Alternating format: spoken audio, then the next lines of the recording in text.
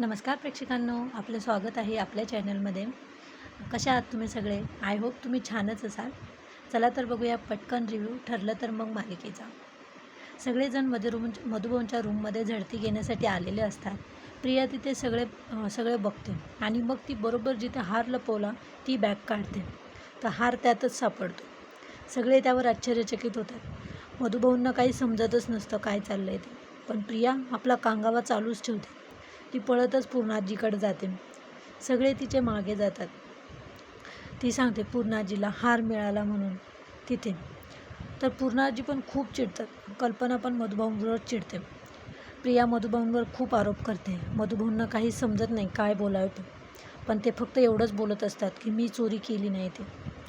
पण प्रताप मधुभाऊंच्या बाजूने बोलतात. म्हणतात त्यांना काय मिळणार आहे चोरी करून.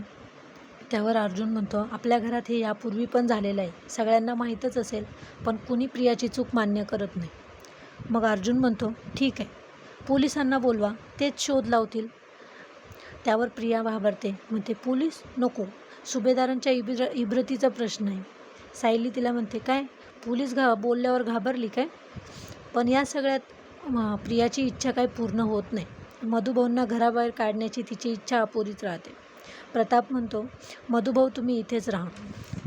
पण मधुभाऊ खूप दुःखी होतात या सगळ्यामध्ये. त्यांच्यावर मुलीच्या सासरी असे आरोप होतात म्हणून ते खूप दुःखी होतात. ते म्हणतात की मी विमलकडे राहतो. पण अर्जुन सायली त्यांना समजावून सांगतात आणि मग ते तिथे राहायला तयार होतात. तर हा आहे आजचा भाग. कसा वाटला तुम्हाला आणि पूर्ण भाग तुम्ही स्टार प्रवाहाच्या चॅनलवर जाऊन बघा. थँक्यू.